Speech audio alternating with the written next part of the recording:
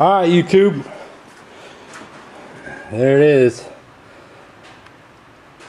I done whooped the seal on that thing. The bearings too, when I had the pulley still on it, you could chunk it back and forth pretty good. It's pretty screwed. So I've never burnt one up before. I've run a lot of them dry for a long time and I never thought much of it. I probably wouldn't have thought of it till I went to move the thing and didn't have any power steering, but looks like I can get it out without disassembling the whole thing. That's a plus. Makes me feel a lot better. So I got a new one on the shelf. But as I was just sitting here pondering that, it occurred to me let me turn this around. It occurred to me that I said I was going to explain this challenge. I had a commenter, a viewer comment last few weeks ago, whatever. They didn't even really know what the challenge was. Okay. So, since you don't know what the challenge is, maybe it's time for a quick review. Mr. Heavy Chevy challenged me to a 6-cylinder build-off. We had similar trucks. By complete coincidence, this was a GMC. I think it's an 83 or 4 model. Mine's an 85 or 86. I'm not sure. I don't remember. Chevrolet, but they're pretty much the same color, blue on blue. His is blue on blue. Mine's blue on blue. The opposite direction. But mine already had a 6-cylinder in it. Mr. Heavy Chevy had been wanting to do something boosted for quite a while, so he said, why don't we make this a competition? We each have a 6-cylinder. Induction is unlimited from the intake ports up. And I said, well, how do we decide this? And the answer was, YouTube will decide on the cool factor, on our style build, and a simple race will determine power output. 8-mile drag race. It will take place Easter weekend. I have talked to a local track here, and he didn't promise me the time, but he said he could fit us in that weekend, so we're going to rent a track, and so we're not being hoonigans on the road and endangering the lives of anyone, including ourselves. Well, we might still endanger our lives, but nobody else. There'll be concrete retaining walls to contain us. Not that there'll be anything spectacular. Well, there might be something spectacular. Anyways, I'm gonna put my power steering pump back together and hopefully it'll quit raining. I can hear it on the roof. And I'll take this thing for a drive.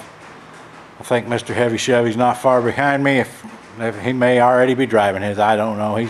He works a lot harder at stuff than I do. So there's my power steering pump. You seen it? I'm gonna turn this back around and put it back together. I gotta finish tuning my carb in. So you saw in my other video, I tuned it on the DeSoto. I figured that'd probably be close enough to run. This induction setup is completely different than the DeSoto. Got a lot more parts in it. I think I'm moving a fair amount more air than I was, and sure enough, when I started it up, it was bad lean. I've turned it almost a full turn to richen it thus far, but my power steering pump stopped me in my tracks. An oversight on my part. Seems like I have more than my share of those, but I'll get it fixed back. I think I've got one on the shelf even. Oh, look at here.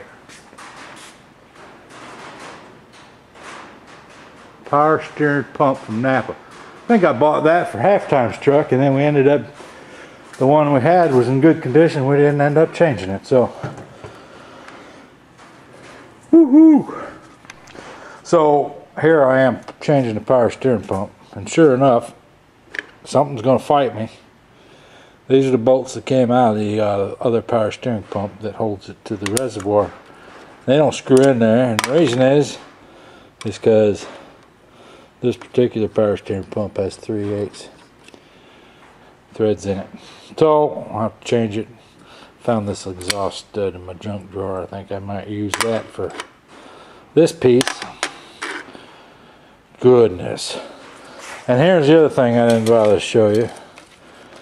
But I ended up leaving my fuel pump in the location it was and rebuilding it. Turns out it sucks fuel now. Hey, it's empty.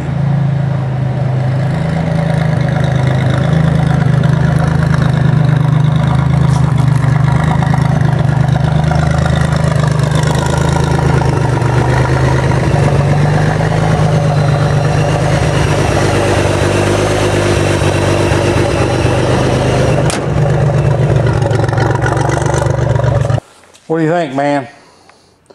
Alright, I'll tell you what I think.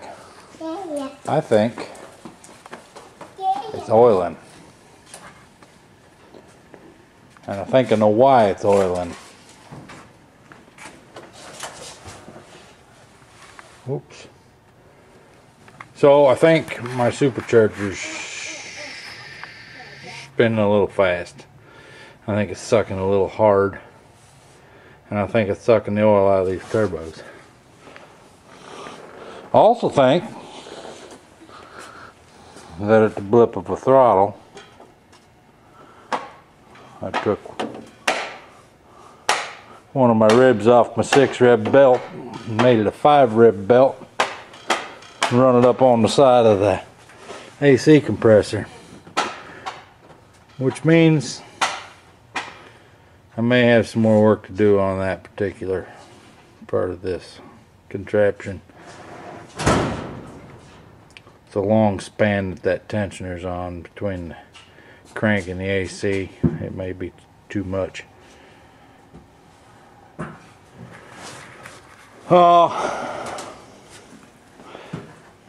At the blip of a throttle,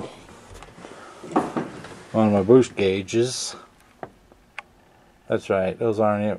Tommy, stop turning the light off.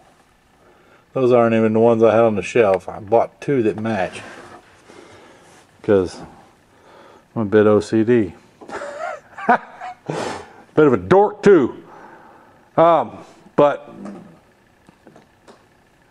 pegging those vacuum gauges at 20 inches. So, hey. Get out of the hand cleaner, man. And get off the shelf. Your mama is going to be mad at me. So, I think what's going on is that supercharger's so overdriven. That pulley's a good bit smaller than the other M90s I got. Oh, there's one right there. I think that's like a 3.5 inch pulley, and this is like a 2 1/4. So I think what I'm going to do is I'm going to swap pulleys, trying to slow that supercharger down a little bit and see if it still oils. I did sneak up on the carburetor idle adjustment, mixture adjustment. It was way different on the DeSoto. And then we changed it again when we ran it naturally aspirated.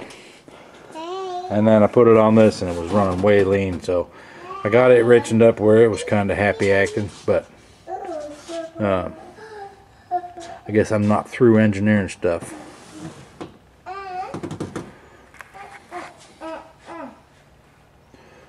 I guess I'll let you know.